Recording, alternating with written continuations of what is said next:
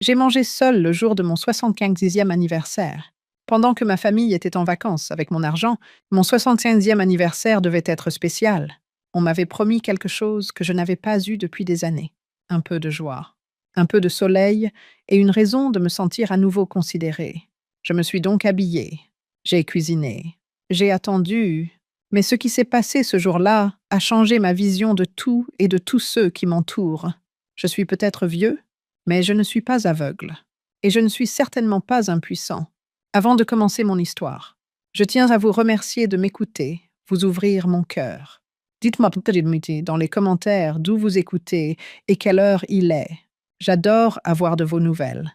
Et si vous ne l'avez pas encore fait, n'hésitez pas à vous abonner. Cela m'aide plus que vous ne le pensez. Maintenant, laissez-moi vous raconter ce qui s'est réellement passé. J'attendais ce voyage avec impatience depuis des mois. En février, mon fils André m'avait annoncé qu'il préparait quelque chose de spécial pour mon 75e anniversaire. De vraies vacances, m'avait-il dit, dans un endroit chaud. Prends juste tes plus belles robes. Maman, on s'occupe du reste. J'avais tellement souri ce jour-là que j'avais failli renverser mon café. Cela faisait des années que je n'étais pas sortie, sauf pour aller à l'église ou à la pharmacie. Je n'avais pas vu la mère depuis le décès de mon mari. Quand je lui ai demandé combien cela coûterait, André a balayé ma question d'un revers de main.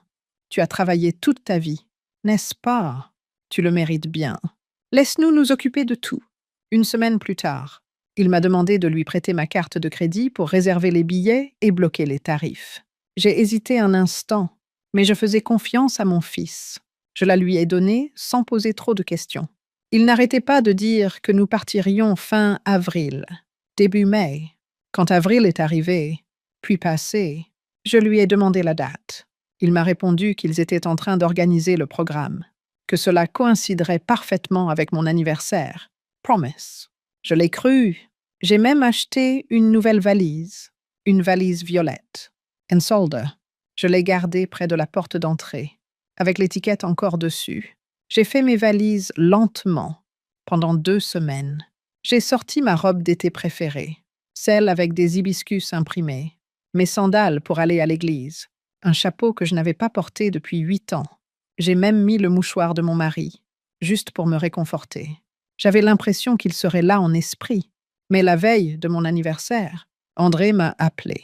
Il avait l'air pressé, comme s'il était au volant. « Maman, je suis désolée de te dire ça, mais le voyage est reporté, » m'a-t-il dit. Mon cœur s'est serré. Oh, pour combien de temps? Pas longtemps. Peut-être quelques semaines. Juste un problème de planning de notre côté. Oh, d'accord. Alors on se voit demain au moins pour le dîner. Il y eut un silence.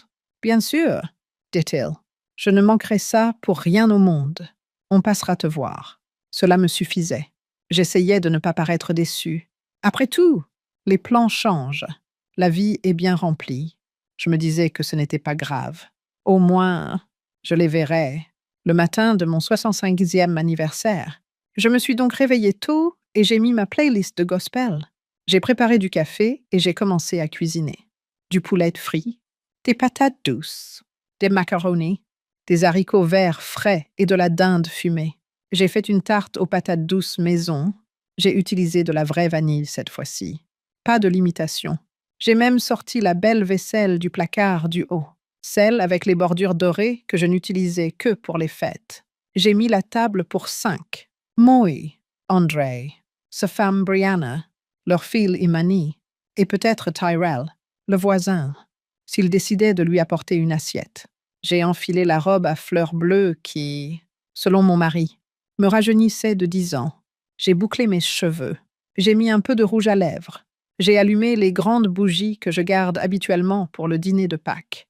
La maison sentait bon l'amour. À 5 heures, j'étais prête. À 6 heures, j'ai commencé à m'inquiéter. À 7 heures, j'avais réchauffé tout 2 fois. À 8 heures, j'ai arrêté de regarder par la fenêtre. À 9 heures, j'étais assise seule à table. Les bougies avaient fondu à moitié. La nourriture était froide. Mon rouge à lèvres était brouillé. Je fixais les assiettes vides en face de moi et essayais de me convaincre qu'il s'était peut-être passé quelque chose. Peut-être qu'ils avaient perdu la notion du temps. Peut-être que le bébé avait eu une urgence. Peut-être que la voiture était tombée en panne. Peut-être que le téléphone était déchargé. Mais je savais. Personne ne viendrait. Ma main tremblait lorsque j'ai soulevé ma fourchette. Je ne pouvais pas manger grand-chose. La nourriture n'avait plus le même goût. J'ai pris quelques bouchées, puis j'ai repoussé mon assiette et posé mes coudes sur la table. J'ai fixé la carte d'anniversaire que je m'étais achetée la semaine dernière dans un magasin à $1. Elle disait « Tu es toujours rayonnante » and paillettes rose. Je l'avais trouvée mignonne quand je l'avais vue. Maintenant, elle me semblait ridicule. J'ai pleuré. Pass forward. Juste doucement. Le genre de pleurs qui s'échappent quand on les a retenus toute la journée. Mes épaules tremblaient. J'ai essuyé mon visage avec le bord de la nappe et je suis restée assise dans le silence, laissant la douleur m'envahir. Personne n'a appelé. Personne n'a envoyé de SMS. Pas même un joyeux anniversaire, maman. Verse 22, age 30. J'ai emballé la tarte dans du papier aluminium et j'ai tout mis au réfrigérateur. J'ai soufflé les bougies. J'ai enfilé ma chemise de nuit. Je me suis assise sur le bord du lit et j'ai regardé la valise violette près de la porte. Toujours pleine. Toujours en attente. J'ai éteint la lumière et je me suis allongée lentement, la douleur dans mes genoux un peu plus vive que d'habitude. Je fixais le ventilateur qui tournait. Le doux ronronnement des pales étant le seul bruit dans la pièce. J'ai croisé les mains sur mon ventre et j'ai murmuré. Peut-être qu'ils ont oublié. J'ai essayé d'y croire. Mais au fond de moi, je savais. Ils n'avaient pas oublié. Ils n'étaient tout simplement pas venus. Le lendemain de mon 61e anniversaire, je me suis réveillée dans une maison silencieuse. Pas un silence paisible. Un silence vide. Je suis restée assise longtemps sur le bord de mon lit, fixant la petite valise violette que j'avais préparée et repréparée pendant des semaines. L'étiquette était toujours accrochée à la poignée, intacte. Une partie de moi voulait encore croire que le voyage était simplement retardé, comme l'avait dit André, que cela se ferait un autre jour, que je devais juste être patiente. J'ai suivi ma routine habituelle. Je me suis brossé les dents. J'ai noué mon écharpe. J'ai traîné jusqu'à la cuisine en pantoufles. Mais tout semblait lent, comme si je traînais mes os dans un rêve. Je me suis fait une tasse de thé. Mais je ne l'ai pas bu. J'ai ouvert le réfrigérateur. J'ai regardé la tarte. Puis je l'ai refermée.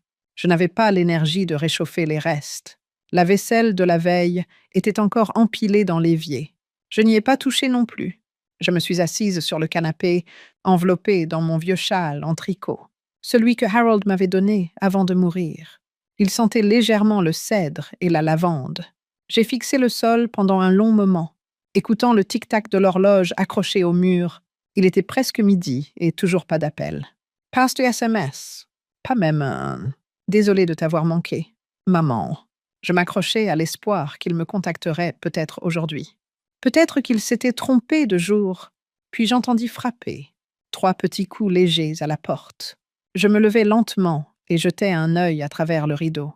C'était Tyrell, un garçon adorable. Il habitait 2 portes plus loin. Toujours poli, toujours attentionné. Sa grand-mère l'avait bien élevé. J'ai ouvert la porte. « Bonjour, Mademoiselle D », a-t-il dit en souriant. Un sac de course en plastique à la main. Je vous ai apporté le liquide vaisselle au citron dont vous m'avez parlé. Oh, merci beaucoup, ai-je répondu en m'écartant. Entre, mon grand. Il est entré et a posé le sac sur le comptoir. J'allais lui proposer une tasse de thé. Mais il a remarqué mon téléphone posé sur la table. Vous avez toujours des problèmes avec vos applications, m'a-t-il demandé en le prenant. J'ai acquiescé. Il se bloque tout le temps. Vous savez comment je suis avec ces trucs. J'appuie sur le mauvais bouton et tout disparaît. Tyrell a gloussé. Laissez-moi voir. Il s'est assis à la table et a fait défiler les paramètres. Je suis retournée essuyer le comptoir, juste pour m'occuper les mains. Puis je l'ai entendu s'arrêter. Mademoiselle D, a-t-il dit doucement. Vous avez dit que votre fils avait prévu de vous emmener en voyage pour votre anniversaire. Je me tournai lentement vers lui. Oui, il a dit que ce serait des vacances en famille. Mais la veille de mon anniversaire, il m'a appelé pour me dire que c'était reporté. Pourquoi? Il hésita, puis jeta un coup d'œil à son téléphone. Je ne voulais pas fouiner, dit-il, mais je suis votre petite fille sur Instagram. Imani. Je fronçai les sourcils. D'accord. Vous retournâtes votre téléphone pour me montrer. C'était bien là, clair comme de l'eau de roche, une plage, du sable blanc, de l'eau bleue, et au milieu, ma famille, mon fils André, sa femme Brianna et Imani, tous portaient des t-shirts assortis sur lesquels était écrit Win Family Vacation, gagner des vacances en famille. Ils souriaient, bronzés, tenant des boissons fruitées et posant devant la piscine géante d'un hôtel. La légende disait une pause bien méritée au soleil avec hashtag Win Family, hashtag No Drama, Just Sunshine. Elle avait été publiée la veille, le jour de mon anniversaire. Je restais figée, les yeux rivés sur la photo. J'ouvris la bouche, mais aucun son ne sortit. Je tendis lentement la main et pris le téléphone des mains de Tyrell pour zoomer. Ce n'était pas juste une excursion d'une journée, c'était de vraies vacances. Le genre avec des complexes hôteliers, des dîners chics et des journées au spa. Je passais à la publication suivante. Brianna virevoltait dans une robe d'été, une coupe de champagne à la main. Sur une autre photo, André riait, un cigare à la bouche. Il y avait même une photo d'Imani exhibant son nouveau bracelet en or. Je continuais à faire défiler les photos, mais je ne trouvais aucune mention de moi. Pas une seule. Tyrell restait assis, silencieux. Je voyais bien qu'il ne savait pas quoi dire. J'ai ravalé la boule que j'avais dans la gorge et j'ai posé doucement le téléphone. Ils m'ont dit que c'était reporté, ai-je murmuré. Ils ont dit qu'on reverrait ça, qu'ils passeraient dîner. J'ai senti mes yeux piquer avant que les larmes ne coulent. J'ai cligné des yeux rapidement, espérant les retenir, mais en vain. Mes épaules tremblaient. J'ai appuyé mes mains à plat sur la table pour me stabiliser. Ils m'ont abandonné, ai-je dit. Ils m'ont vraiment abandonné. Tyrell s'est levé et s'est agenouillé à côté de moi, la voix douce. Je suis tellement désolée. Mademoiselle D, je pensais que vous saviez. Si j'avais su, ce n'est pas ta faute. Mon chéri, ai-je dit en essuyant mes joues, c'est ma faute. J'ai cru ce qu'ils ont dit. Il n'a pas répondu. Il est juste resté assis à côté de moi. C'est ce qui a rendu les choses encore plus difficiles. Comment quelqu'un qui ne me devait rien pouvait rester assis à mes côtés, alors que ceux que j'avais élevés, habillés et nourris, m'abandonnaient comme si je n'étais rien. Après son départ, je suis restée assise en silence pendant un moment. Puis quelque chose a bougé en moi. Je devais connaître toute la vérité. J'ai allumé mon vieil ordinateur et me suis connectée à ma messagerie électronique. Je ne l'avais pas consultée depuis des semaines. André m'avait toujours dit de ne pas m'en soucier. Il disait qu'il s'occupait de toutes les factures et des réservations. Mais je me souvenais d'un mot de passe, et cela suffisait. J'ai tapé « réservation » dans la barre de recherche. Le premier résultat m'a fait sursauter. Un email provenant d'un complexe hôtelier de luxe à Cancun. Confirmation de réservation. Une semaine complète. Suite avec vue sur l'océan. Suppléments espions. Tout était payé d'avance. Adresse de facturation. Dolores Nguyen. Carte de crédit. La mienne. La même carte qu'André m'avait demandé de garder en cas d'urgence le mois dernier. Je fixais l'écran, les mains tremblantes. J'avais l'estomac noué. Ils ne m'avaient pas simplement oublié. Ils m'avaient utilisé. Ils avaient utilisé mon argent. Ils m'avaient menti en face. Ils avaient pris les vacances qui m'étaient promises. Ils avaient trinqué à un nouveau chapitre. Et ils m'avaient laissé pleurer devant une tarte froide. J'ai fermé l'ordinateur portable, repoussé ma chaise et me suis levée. Je me suis dirigée vers le miroir dans le couloir et me suis regardée. Je n'étais pas une vieille femme fragile. J'étais une mère qui avait été prise pour acquise, une femme qui avait gardé le silence trop longtemps. Et pour la première fois depuis longtemps, j'ai senti quelque chose changer en moi. Pas de l'amertume, pas de la haine, juste de la clarté. Après avoir vu l'email de réservation, quelque chose en moi s'est calmé. Pas engourdi, juste immobile, comme si mon esprit s'était assis pour reprendre son souffle.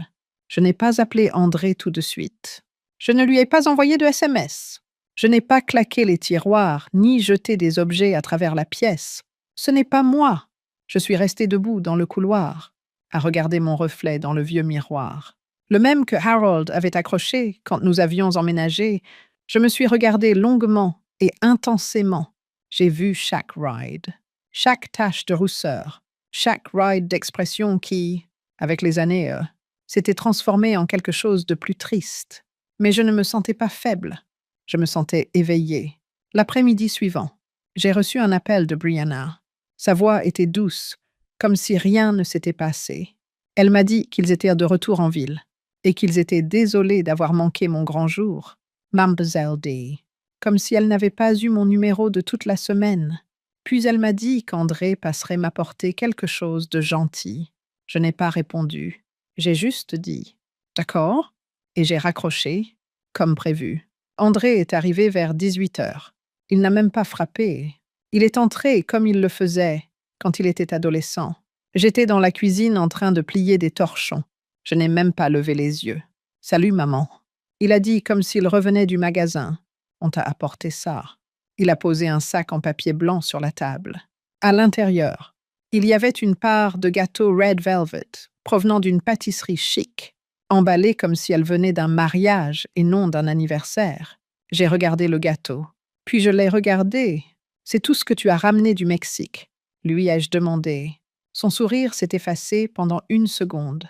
Juste 1 seconde. Puis il a gloussé. « Oh, tu as vu les photos. » « J'ai tout vu. » lui ai-je répondu. Les boissons, l'hôtel, les chemises, le bracelet au poignet d'Imani, le dîner au restaurant. Tout.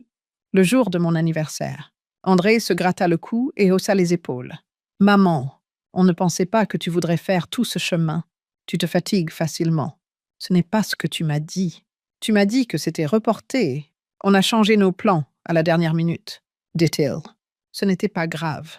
Je contournais lentement le comptoir. Ma voix était calme. Mais je sentais la chaleur monter dans ma poitrine. Utilise ma carte de crédit. André, tu as tout payé avec ma carte. Il recula brusquement, comme si je l'avais giflé. Quoi? Ce n'était pas comme ça. Tu m'as donné ta carte pour les urgences.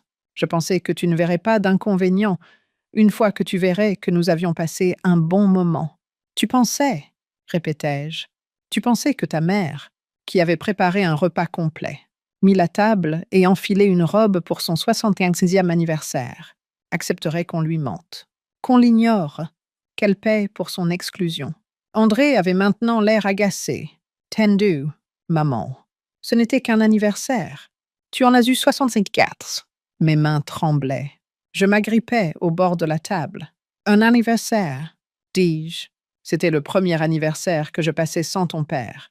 Et je pensais que peut-être, juste peut-être, tu voulais le passer avec moi, pas me fuir. » Il gémit et s'affaissa sur sa chaise comme s'il était épuisé. « Tu exagères. » J'ai cligné des yeux, stupéfaite. « Exagère. » « Oui, » a-t-il rétorqué. « Ce n'est pas comme si on t'avait laissé sans rien. Tu avais à manger. Tu dis toujours que tu n'as pas besoin de grand-chose. Pourquoi est-ce soudainement une crise majeure? » J'ai reculé. Mon cœur battait à tout rompre dans ma poitrine. Je repensais à comment je le serrais dans mes bras quand il avait de la fièvre, comment je sautais des repas pour qu'il puisse manger, comment j'avais mis en gage ma bague de fiançailles pour payer son appareil dentaire, comment je priais chaque soir pour qu'il ne lui arrive rien quand il rentrait tard. Je repensais à comment il s'endormait sur mes genoux pendant les orages et me disait que j'étais la personne qu'il aimait le plus au monde. Et maintenant, il était là. Il me disait que j'en avais assez fait, que ma douleur était trop pénible. Je me suis assise en face de lui et j'ai regardé droit dans les yeux l'homme que j'avais élevé. « Je suis ta mère. André, pas ton portefeuille. » Il n'a rien dit. Cette fois, je n'ai pas pleuré. Pas devant lui. Je me suis simplement relevée et je me suis dirigée vers le placard pour prendre le balai. « Tu peux y aller, » ai-je dit doucement. Il a levé les yeux. « Surprise. »« Maman, je dois balayer, » ai-je dit, et je n'aime pas balayer autour de choses qui n'ont pas leur place dans ma maison. Il s'est levé lentement et, pendant 1 seconde, il a semblé vouloir dire quelque chose, mais rien n'est sorti. Il est parti sans un mot. Ce soir-là, je me suis assise sous les guirlandes lumineuses, Harold, et j'ai raccroché le téléphone que j'avais raccroché il y a des années. Je me balançais d'avant en arrière sur ma chaise, une couverture sur les épaules. Je ne pleurais pas, mais je ne souriais pas non plus. Je laissais simplement l'air frais caresser mon visage et j'écoutais les grillons chanter pour moi, comme pour me demander pardon. J'aimais toujours mon fils, mais je ne pouvais pas oublier ce que j'avais vu, et je ne pouvais pas oublier ce que j'avais ressenti. Je pensais que c'était fini, que peut-être nous reparlerions plus tard, et que nous arrangerions les choses, comme le font toujours les mères. Mais quelque chose allait arriver qui me permettrait d'y voir plus clair. Et cette fois, je ne détournerai pas le regard. Je n'ai pas cherché les ennuis. J'avais juste besoin d'un peu d'aide. Quelques semaines après ma dispute avec André, la situation était tendue, plus tendue que d'habitude. Je n'avais plus beaucoup de provisions et la facture d'électricité était plus élevée que prévu. Je n'ai pas paniqué. J'avais connu pire. Je me suis dit que j'emprunterais un peu en attendant mon chèque. Tyrell, qui est un amour, m'avait parlé d'une juge à la retraite qui faisait du bénévolat au centre communautaire, Nora Blake. Il m'avait dit qu'elle aidait les femmes âgées à obtenir des conseils juridiques et du soutien. Elle est vive. Mademoiselle D, m'avait-il dit. Elle ne fait pas de chichi. Vous l'aimerez bien. Je ne voulais déranger personne, mais j'ai appelé. Elle est devenue l'après-midi suivant. Une femme grande, aux cheveux gris argentés, aux yeux vifs et à la voix directe, mais toujours bienveillante. Elle est entrée vêtue d'un pantalon et de chaussures plates. Pourtant, un sac en toile rempli de dossiers. Mademoiselle Wynne, a-t-elle dit en me serrant fermement la main. Vous avez besoin d'aide. Juste de quelques conseils. Ai-je répondu en lui faisant signe de s'asseoir. J'aurais peut-être besoin de vous emprunter quelques dollars pour m'aider à gendarme du bidou. Je ne suis pas en retard dans mes paiements. C'est juste un mauvais mois. Elle m'a regardé attentivement. Puis-je vous demander si vous avez un compte de retraite? Des économies. J'ai acquiescé. J'en avais... Enfin, j'en ai. Mais mon fils m'aide à le gérer. Elle posa son sac. Et dans quelle mesure participes-tu à cette gestion? J'hésitais. C'est lui qui a les identifiants. Il paya les factures. Il m'a dit qu'il s'occupait de toutes les tâches fastidieuses pour que je n'aie pas à m'en soucier. Nora se pencha vers moi. Pourrais-tu ouvrir ton compte bancaire en ligne, juste pour que nous puissions y jeter un coup d'œil, pour nous assurer que tout est en ordre? Je ne voulais pas me ridiculiser, mais quelque chose dans son ton m'a dit que je devais l'écouter. J'ai donc ouvert mon vieil ordinateur portable et l'ai laissé s'asseoir à côté de moi. Après quelques essais, j'ai réussi à accéder au compte. Avant même qu'elle ne parle, j'avais compris l'équilibre. Ce n'était pas ce à quoi je m'attendais. Sans dire un mot, elle parcourut rapidement les informations. Je m'assis à côté d'elle, le cœur battant, observant son expression. Elle ne me regarda pas comme un juge lorsqu'elle finit par lever les yeux vers moi. Cette femme semblait avoir entendu beaucoup d'histoires similaires à la mienne. Votre compte a été vidé au cours des 12 derniers mois, murmura-t-elle à Mademoiselle Wynne. Plusieurs retraits font l'objet de discussions. Plusieurs milliers de dollars. La plupart de l'argent a été transféré sur un compte séparé. Un frisson me parcourut l'échine. C'est sûrement Andrés. C'est lui qui s'est occupé de tout. Sur l'écran, elle appuya son doigt sur une ligne. Regardez ça! Achats de bijoux. Frais pour des complexes hôteliers. Électronique. Même des services de conseil ont bénéficié de certains paiements. Mais c'est son propre compte qui sert de passage pour tous ces paiements. Pas n'importe quel compte d'entreprise. Cela ne nous aide pas du tout. C'est de l'abus. Je serrai les mâchoires. Il n'a subi que du stress. Il m'avait dit que les temps étaient durs. Il essaye de cultiver une plante. Aucun d'entre eux ne me regardait. Ils évitaient tout contact, sans parti pris, mais sincère. Pour la première fois, elle m'a appelé par mon prénom, Dolores. Ce n'est pas une banque. De plus, vous ne devez pas vous attendre à être saigné à blanc tout en souriant. Puis j'ai cligné des yeux. Ma bouche tremblait. Mais c'est mon fils. Elle a dit que vous étiez sa mère. La façon dont il vous traite est moins importante que vous. Il vient de vous. Vos efforts sont louables. Il n'a pas droit à toutes vos ressources. Mon corps est resté immobile. Mes mains étaient crispées à force de les serrer. Avec précaution, elle a fermé l'ordinateur portable. Vous avez mentionné que vous aviez besoin d'aide. Oui, je peux vous aider. Mais cela implique que vous soyez prête à ne plus laisser votre générosité être utilisée comme une vulnérabilité. J'ai pris un moment pour répondre. En regardant les carreaux de la cuisine, je me suis souvenu des nombreuses heures passées à les poser. Cela m'a rappelé les reçus que j'avais conservés. Comment j'avais annulé mon rendez-vous chez le coiffeur pour acheter des chaussures de football à André. Comment j'avais caché à tout moment ma peur de perdre tout notre argent. Cela m'a rappelé mon anniversaire. Lorsque j'attendais un repas qui n'est jamais arrivé, il gaspille mon argent dans des toasts au palmier. Et je leur ai tout donné, à voix basse. J'ai exprimé ma peur de le blesser. Ce n'est pas le cas, a-t-elle répondu. Il t'a déjà fait du mal. Ce jour-là, nous n'avons pas pu terminer notre discussion. J'ai besoin d'espace. Et personne ne l'a compris. Elle m'a donné son numéro et m'a demandé de la contacter si quelque chose se passait. Tout s'est passé très vite. En effet, André est revenu chez moi la semaine suivante. Il avait un large sourire. Sa voix résonnait. « Hey maman !» Alors qu'il se précipitait à l'intérieur. J'ai entendu des nouvelles encourageantes. J'ai découvert la maison. Cette maison à rénover avait un vrai potentiel. Avant qu'elle ne soit vendue, j'ai décidé de faire une offre. J'ai haussé les sourcils. Il s'est assis à table comme s'il était chez lui. Pour la compte, je veux 40 000 $. J'espérais que tu serais disposé à me donner une partie de l'héritage dès maintenant. Tu sais, juste à temps. C'était ça. Le souffle m'a échappé au même instant. Je l'ai fixé du regard, totalement imperturbable. Il avait l'idée audacieuse qu'il méritait la vie que j'avais créée. Je n'ai pas autant d'argent, leur ai-je dit. Il s'est adossé, sans doute pour le prouver. Ada, c'est quelque chose que vous ne voulez tout simplement pas faire. Ma voix était robotique. André, vous vous êtes rendu service. Les frais sont visibles. Son visage changea d'expression. Je vous prie de m'excuser. J'ai vu que le complexe hôtelier facturait des frais de réservation. Les bijoux. Ces composants électriques. Tu as dépensé tout mon argent. Finalement, il s'est levé. As-tu fouillé dans mes affaires? Non, ai-je répondu doucement.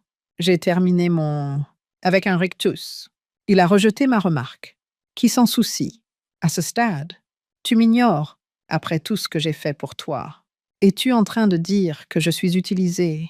J'ai également mentionné le fait de rester debout. Tu ne me dis pas la vérité. Tu es sorti boire et danser pour mon anniversaire. En me laissant à la maison, il lui a brusquement dit de faire cela. Tu vas te débrouiller toute seule. Ne me contacte pas quand tu es dans le pétrin. Je me suis approchée du bureau, j'ai pris la carte de Nora et j'ai croisé son regard. Pass question. Après un accès de colère. Il a claqué la porte. Je suis restée immobile pendant un moment, savourant le retour du calme. J'ai composé mon numéro. J'ai également contacté la dame qui m'avait éclairée. J'ai parlé à Nora. Maintenant, nous pouvons commencer. Il a rapidement été affecté par la vague. Les appels ont commencé la semaine même où Nora m'a aidé à transférer mes comptes, à bloquer mes crédits et à restreindre l'accès d'André. Tout a commencé par une série d'appels manqués. André remporte la victoire. Ensuite, il y a eu le SMS. Court, tendu, il faut qu'on parle. Maman, si ma carte est refusée. Pourquoi? Appelle-moi immédiatement. On doit prendre ça au sérieux. Non, ai-je répondu. Je n'étais plus obligée de le faire. Dès que les comptes seraient bloqués, André le sentirait. Et c'est ce qui s'est passé.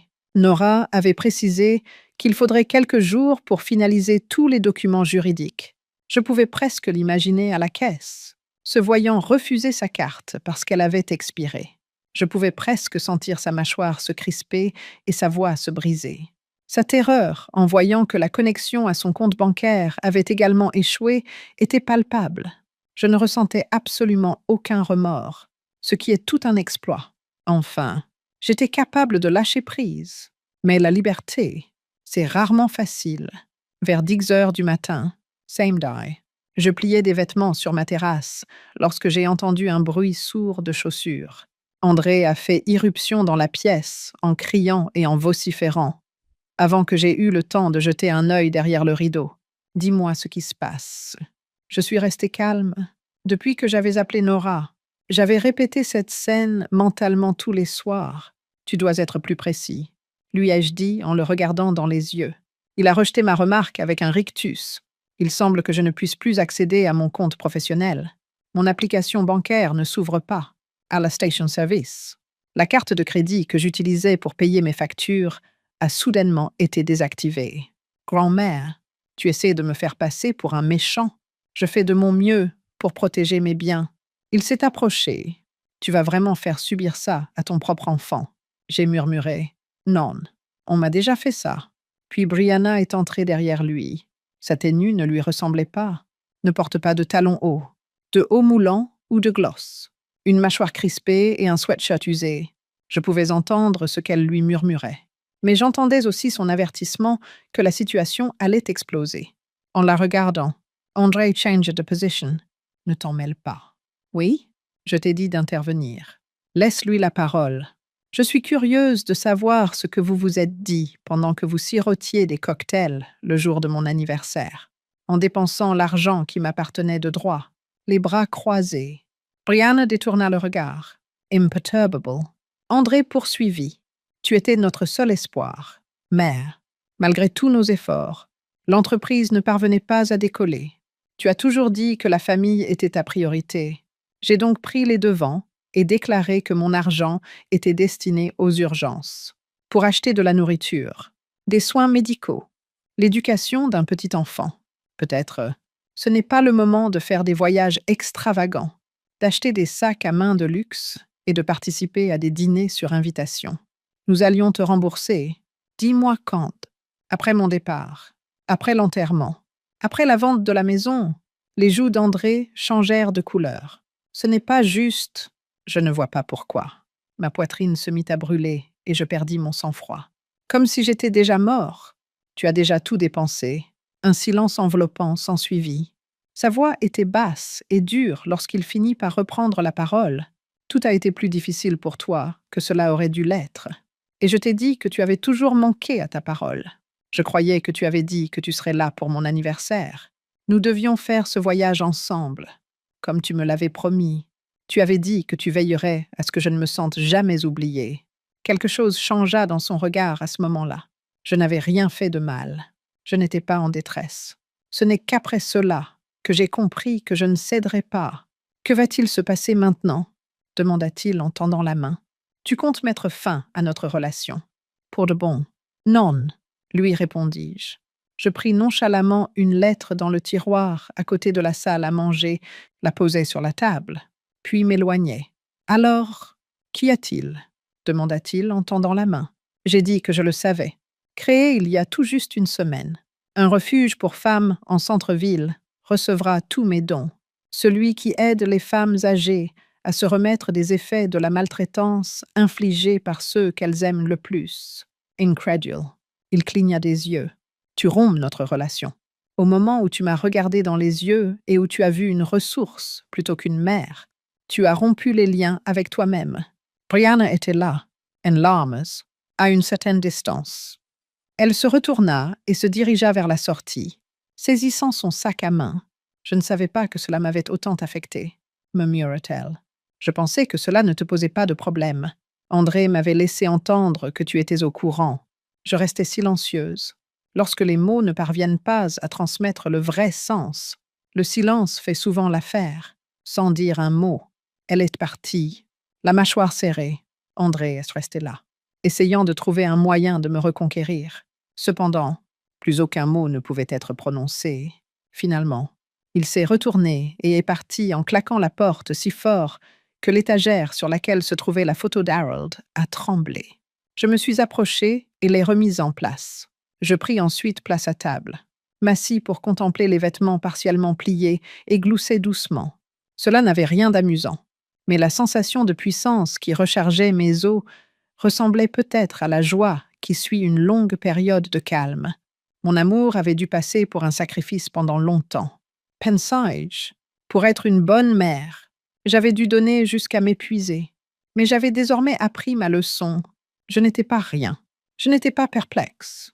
J'en avais assez d'être utilisée comme un tremplin, d'être piétinée pour construire des forteresses auxquelles je n'avais jamais été invitée. Mon odorat s'était aiguisé comme jamais depuis des décennies, tandis que je regardais ma maison. Elle était à nouveau mienne. Une année s'était écoulée, à une certaine distance, à la lettre, comme si la terre glaciale allait fleurir en avril. Je ne vais pas mentir. Ça a parfois été difficile. Ces moments difficiles où l'on a juste envie de s'asseoir et de pleurer parce qu'on ne peut s'empêcher de se demander si l'on n'a pas été trop extrême. J'aurais peut-être dû répondre au téléphone la deuxième fois qu'ils ont appelé. Mais la douleur dans ma poitrine, celle que j'avais ressentie en voyant la photo de Cancun, aurait refait surface. C'était le regard qu'André m'avait lancé en exigeant que je le paye avant de mourir. Ça fait mal d'être seule à ma table d'anniversaire, vêtue d'une robe que j'ai repassée spécialement pour eux. Désolée, mais je n'ai pas répondu. C'est 4 semaines après le gel des comptes qu'André a pris contact. Cela était évident lorsqu'il a envoyé un SMS sans ponctuation qui disait « C'était comme ça ». Je peux le confirmer. Le sentiment de libération que j'ai ressenti lorsque j'ai enfin pris le contrôle de mes finances, de mon identité et de mon destin était similaire à celui de sauver une personne qui se noie dans des eaux inconnues. Nora m'a beaucoup aidé à tout mettre en place. Nous avons officiellement transféré tous mes actifs afin qu'André ne puisse plus y toucher. Nous avons annulé toutes les autorisations qu'il avait obtenues, à l'improviste. Nous avons signalé les allégations. Certaines personnes ont même récupéré leur argent. Elle est allée jusqu'à me mettre en contact avec un conseiller financier qui m'a traitée comme une cliente privilégiée et ne m'a jamais fait sentir stupide. C'était comme si elle était une femme qui comprenait la valeur de chaque dollar qu'elle manipulait. Après cela, nous avons révisé mon testament, tout ce que j'avais encore, y compris mes dollars, mes obligations et mes terres. J'ai tout donné à une organisation à but non lucratif qui fournit un refuge et une aide juridique aux femmes âgées victimes de maltraitance ou réduites au silence par leur famille. Seuls Nora et Tyrell ont été informés. Oui, Tyrell, après que tout s'est effondré. Ce type a pris soin de prendre de mes nouvelles une fois par semaine. Parfois, il se contentait d'apporter du pain ou de changer la télécommande de ma télévision. Quand je parlais de Harold ou du temps que j'avais passé à coudre des robes de bal pour la moitié du quartier, il s'asseyait parfois et écoutait. Je ne lui demandais jamais rien. J'ai toujours pensé qu'il méritait quelque chose. C'est pourquoi je n'ai invité personne à ma fête d'anniversaire pour mes 76 ans. J'ai réservé une petite salle dans le centre communautaire. J'ai demandé un repas simple et sans prétention. Un gâteau 4 quarts arrosé de jus de citron, des œufs mimosa, des haricots rouges et du poulet frit. Une fois de plus. Mes yeux semblaient briller grâce à la robe dorée que je portais. Lorsque j'étais au plus bas, j'ai invité les personnes qui m'avaient le plus aidé. Le premier à arriver fut Tyrell. Il arborait une paire d'écouteurs Bluetooth qui diffusaient de la musique de Mahalia Jackson et une douzaine de fleurs. Ensuite, Nora est arrivée, vêtue d'un tailleur élégant et arborant son sourire sage. Puis, les femmes de la fondation sont arrivées. Elles étaient toutes habillées comme des reines, certaines avec des cannes, d'autres accompagnées de leurs petits-enfants. Nous avons ri. Nous nous sommes tous levés et avons dansé. Nous avons partagé des anecdotes et mangé du gâteau. De plus, Imani était présente. Imani. Oui, elle est entrée discrètement. Une entrée en scène discrète. Elle a simplement tapé doucement à la porte et tenait une carte d'anniversaire. Elle ne portait aucun vêtement de marque. Pas de bracelet à la mode. Ses cheveux n'étaient pas coiffés. Elle semblait anxieuse. Elle s'est adressée à grand-mère en se tenant à l'entrée. Je n'avais aucune idée de ce qu'elle mijotait. Je n'en avais vraiment aucune idée. Papa a dit que tu n'avais pas envie de partir en voyage. Tu étais fatiguée. Je ne l'ai pas cru. Mais j'ai vu les reçus. Et la réalité. Pardonne-moi. Mon regard s'est posé sur elle. Petite fille. Ma seule petite fille m'aidait dans la cuisine, en se tenant debout sur un tabouret et en remuant le gruau avec ses 2 mains. « Ça fait mal, ma chérie », lui disais-je en hochant lentement la tête. En effet, ça faisait mal. Elle s'est avancée. Je peux rester... J'ai pris un moment pour répondre. Après cela, j'ai sorti une assiette, je la lui ai donnée et je lui ai dit de continuer. Avant que Nora ne mange tout le gâteau, va t'en servir une part. Timide, mais reconnaissante. Elle a souri et s'est avancée dans le cercle. Mon étreinte semblait froide et distante. Je ne suis pas encore prêt. Elle devra prouver qu'elle en est digne. À la fin de la soirée, Tyrell m'a proposé de me raccompagner chez moi, assise sur le siège avant. Je tenais délicatement les fleurs sur mes genoux, tandis que je regardais le soleil se coucher derrière les toits. Cette journée était-elle meilleure que l'année dernière? m'a-t-il demandé en jetant un rapide coup d'œil dans ma direction. Elle n'était pas meilleure. Ai-je répondu en regardant par la fenêtre. Bien sûr. J'ai revendiqué la propriété. Une fois rentrée à la maison, je suis restée un long moment sous le porche. Une brise froide et apaisante caressait ma peau. Un véritable cadeau. En repensant au chemin parcouru, j'ai regardé dans la rue. Ma prochaine étape était d'entrer, d'enfiler mon peignoir et de me préparer une tasse de thé. J'ai détourné le regard de mon téléphone. André m'avait-il envoyé un SMS? Je ne pris pas la peine de regarder. Je restais assise seule à la table de la cuisine, un sourire aux lèvres, non pas parce que j'étais heureuse, mais parce que je me sentais entière. Ils avaient reçu mon affection. Le moment était venu pour moi de m'offrir la tranquillité. De plus, c'était le cadeau d'anniversaire le plus attentionné que j'avais jamais reçu.